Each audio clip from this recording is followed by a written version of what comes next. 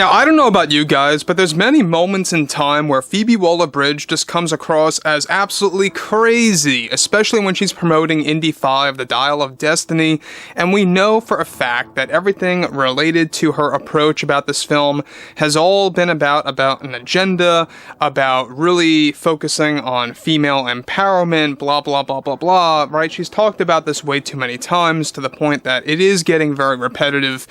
But she was able to unveil quite a bit more about Indy 5 and what she really contributed to that I believe is a terrible truth to the development of The Dial of Destiny and why so many fans are having a hard time accepting this film.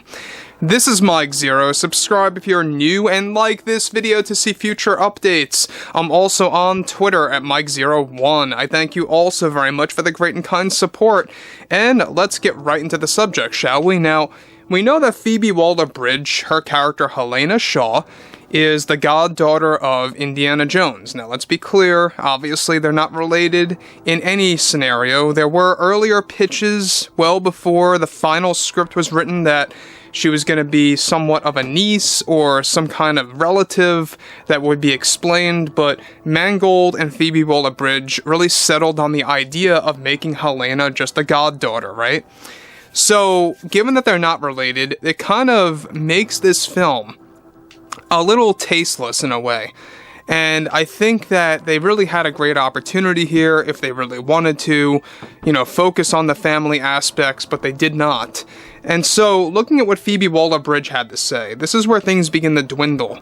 Now, with Phoebe Waller-Bridge promoting Indy 5 just days ahead of its release, she went on to unveil some pretty big truths about the film that many fans of the franchise will come to dislike. Now, Phoebe Waller delivered the following. So, we had one ending that James and Steven were looking over that was going to deeply focus on young Indiana Jones somehow. I know they wanted to have multiple cameos for one of the endings from the original trilogy that fans are familiar with. By the way, she's talking about the ending involving Henry Jones and Ke Huy Quan as Shorty, aka Short Round. She goes on to continue.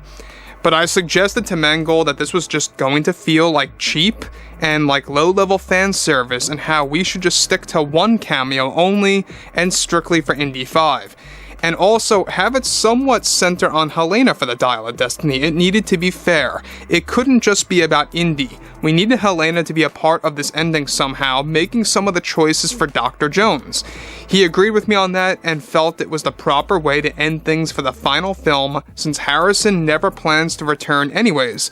It was also my idea to make Indy into a broken man in this one, something that James didn't really think of at first and thought it was a great opportunity, since he sorta did that with Logan. He then wanted to apply it with Indiana, and it worked out perfectly. So, guys, before I get to the next thing that she brings up, alright, she basically is the one that put this into Mangold's mind to make Indiana Jones into a broken man because she saw what he did with Logan. Now, look, Logan had a reason to back up why he was a broken man in that film. And if you guys have seen it, for obvious reasons, there's a real reason why he's a broken man in that movie, is that the aging is catching up to his character because he's lived so long. And so, in this scenario, we didn't need this again. I feel like Hollywood is on a trend of making all of our beloved characters, especially male characters, have you realized this? Broken men. Luke, Han Solo, Indiana Jones, Rick Deckard. I mean, the list goes on and on and on. And even in the bad Terminator movie, Dark Fate, even Linda Hamilton was not a broken woman. She was a very strong woman in that film for the most part. And so there is some kind of narrative that is being pushed to kind of just make the men very weak in the Hollywood sphere, as I like to call it. It's not anything that's under our noses. It is very apparent that it's 100% intentional for some reason to kind of just boost their narrative, boost their agenda, and it's just not working, and they continue to double down. Now, this is why a lot of Hollywood studios out there are beginning to shift and turn the tide, Universal being one of them. just focusing now on pure entertainment and really just making fun material. And I applaud them for that, most certainly. Now, moving to the next thing. Alright, she goes on to continue. We're not done yet. Had I said nothing, I don't know if James Mangold would have pursued that direction for Indy, but it was a great opportunity to make his goddaughter this sort of spirit lifter for him, an individual that can bring him back up on his feet and bring him back into the world after living through some tragedies that we explore in this film. I also had the wonderful idea to really have Helena's backstory sort of be a part in this movie. I had discussed this with Kathy and she loved the idea and even made some tweaks with my pitch for this film, and it worked out greatly for us in the end. It took a while, but came out fantastic. I know both Harrison Ford and Steven, she's talking about Spielberg, were really against this at first, but I think they adapted to this pitch of ours that became a reality. Now, what she's admitting to is that all these horrible ideas, at least a bunch of them, not all, but a bunch of them, were all pitched by no other than Phoebe Waller-Bridge. Are we really that surprised? Are we really? Because if you guys saw Bond 25, it was her idea for a female to take the 007 moniker, or the name, whatever you want to call it, in place of James Bond. And that was her idea.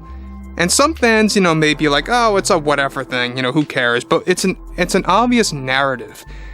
And it obviously just goes to show you that they're doing this on purpose, they're doing this to push an agenda, and it's just not working. It really isn't.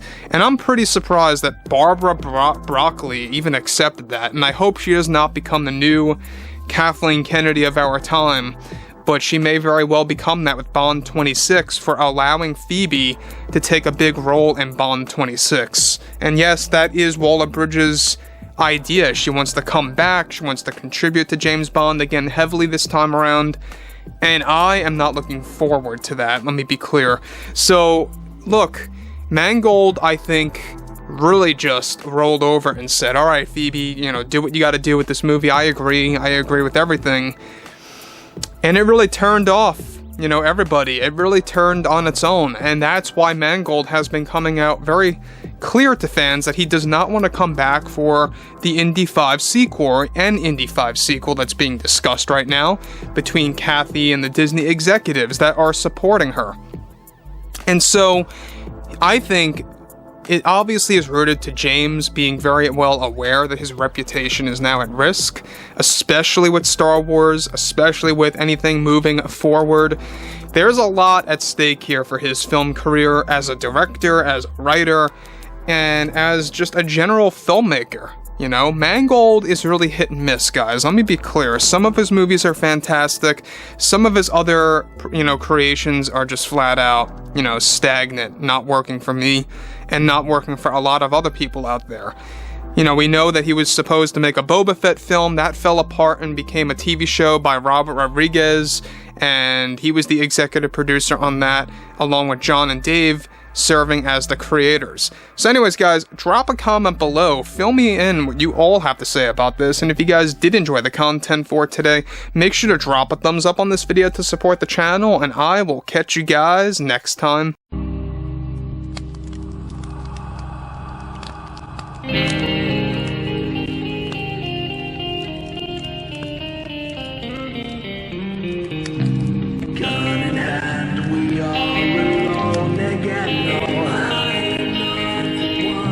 From night to moon we hear them moans again.